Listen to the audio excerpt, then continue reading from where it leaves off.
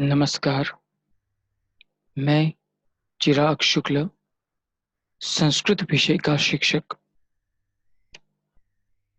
आज की संस्कृत कक्षा में आपका स्वागत करता हूं। आज का हमारा पहला प्रकरण है वर्णमाला। उसके प्रारंभ के पहले हम संस्कृत माता की वंदना संस्कृत श्लोक से करेंगे। पठामि संस्कृतं नित्यम्, वदामि संस्कृतं सदा, ध्यायामि संस्कृतं सम्यक्, वन्दे संस्कृतमातरम्। वन्दे संस्कृतमातरम्। वन्दे संस्कृतमातरम्।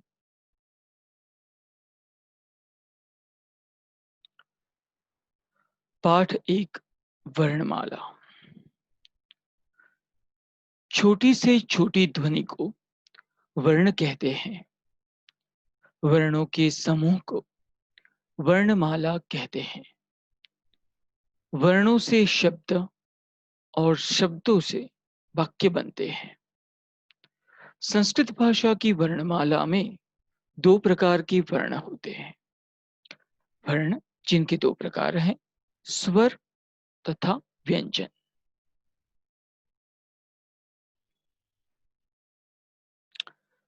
स्वर जिन वर्णों के उच्चारण में अन्य किसी वर्ण की सहायता न लेनी पड़े, उन्हें स्वर कहते हैं। संस्कृत में 13 स्वर होते हैं। ये 13 स्वर नीचे दिए गए हैं। मैं पहले उनका उच्चारण करूंगा, उसके बाद आपको भी दोहराना है। अ, आ, इ, ई, उ, ऊ, ऋ, रू, ऋ, ए, ऐ, ओ, औ। ये संस्कृत के 13 स्वर हैं। लू स्वर का प्रयोग अधिकतर वैदिक संस्कृत भाषा में किया जाता था। जैसे कि हम सब जानते हैं, हमारे 4 वेद हैं, ऋग्वेद, यजुर्वेद, सामवेद, अथर्ववेद। तो वैदिक संस्कृत में संस्कृत के 2 प्रकार हुए, उसमें वैदिक संस्कृत और लौकिक संस्कृत आता है। वैदिक संस्कृत में ये लृ स्वर का प्रयोग अधिकतर होता था। यहाँ पे हमारी पुस्तक में ज्यादातर इस लृ का स्वर का प्रयोग नहीं होता है। व्यंजन जिन वर्णों के उच्चारण में स्वरों की सहायता लेनी पड़े, उन्हें व्यंजन कहते हैं। संस्कृत में 33 व्यंजन हैं। स्वतंत्र व्यंजन को हलंत, वर्णों के नीचे तिरछी लकीर, चिन्ह लगाकर स्पष्ट किया जाता है। जैसे क, ख, ग, ख।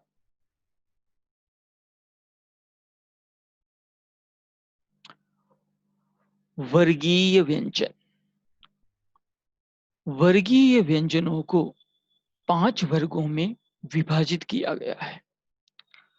प्रत्येक वर्ग 5 वर्ण होते हैं और प्रत्येक वर्ग का नाम उसके प्रथम वर्ण पर रखा गया है। जैसे क वर्ग, च वर्ग इत्यादि। अब हम वर्गीय व्यंजन को अच्छी तरह से कोष्ठक से समझेंगे। वर्गीय व्यंजन क वर्ग। क वर्ग में 5 वर्ण, प्रत्येक वर्ग में 5 वर्ण हैं और प्रत्येक वर्ग का नाम उसके वर्ण के पहले पहले अक्षरों से रखा गया है। क वर्ग क, ख, ग, घ, ग, च, च वर्ग में च, छ, ज, ज, य। ट वर्ग में ट, ठ, ड, ढ, अण। त वर्ग में त, थ, द, ध, न। प वर्ग में प, फ, ब, भ, म। ये 5 वर्गीय व्यंजन हैं और पांचों को 5 वर्गों में विभाजित किया गया है। अंतस्थ, जिन वर्णों का उच्चारण करते समय वायु को थोड़ा सा रोककर कम शक्ति के साथ बाहर निकाला जाता है, उन्हें अंतस्थ वर्ण कहते हैं। अंतस्थ वर्ण 4 हैं: य, र, ल, व।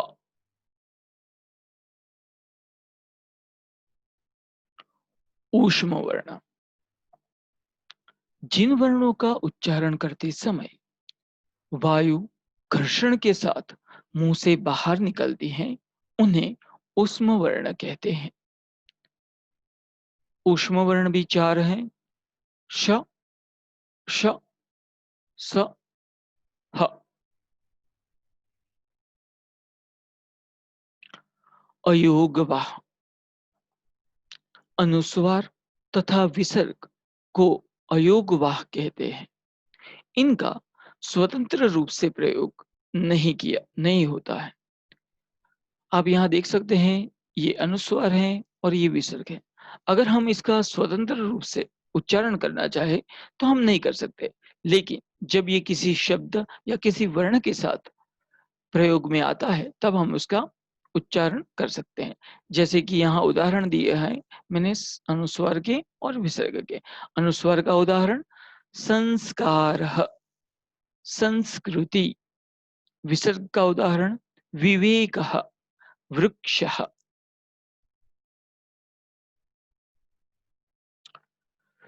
स्वर मात्रा, जैसे कि हम जानते हैं प्रत्येक व्यंजन हलंत है, उसमें जब स्वर मिलता है तब वो स्वर युक्त व्यंजन कहलाता है।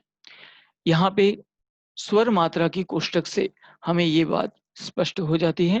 यहाँ पे व्यंजन दिए गए हैं, यहाँ स्वर की मात्रा स्वर है और यहाँ पे उनकी मात्रा है, और स्वर युक्त व्यंजन कैसे बनता है ये यहाँ पे दिखाया गया है।